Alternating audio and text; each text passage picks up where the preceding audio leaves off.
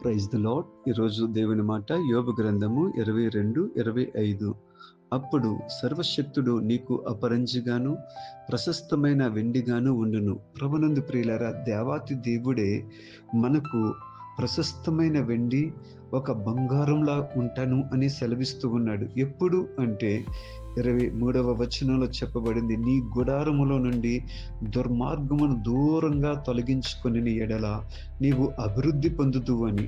సర్వశక్తుని వైపు మనము తిరిగి ఆయన మాటలను మన హృదయంలో ఉంచుకోవాలని ఇక్కడ వ్రాయబడి ఉంది. ప్రియులారా, మన హృదయం అనే గుడారములో నుండి ప్రతి చెడుని, అపవిత్రతను, దుర్మార్గతను తొలగించుకుంటే దేవునికి మనము నివాసయోగ్యంగా మార్చబడతాం. ఆయన మాటలు మన హృదయంలో ఉండాలి. ఖచ్చితంగా ఆయన వైపుకు తిరగాలి. అప్పుడు దేవాతి దేవుడే నీకు బంగారముగాను వెండుగాను ఉంటాడు. అలాంటి కృపను దేవుడు దయచేయునుగాక. ఆమేన్.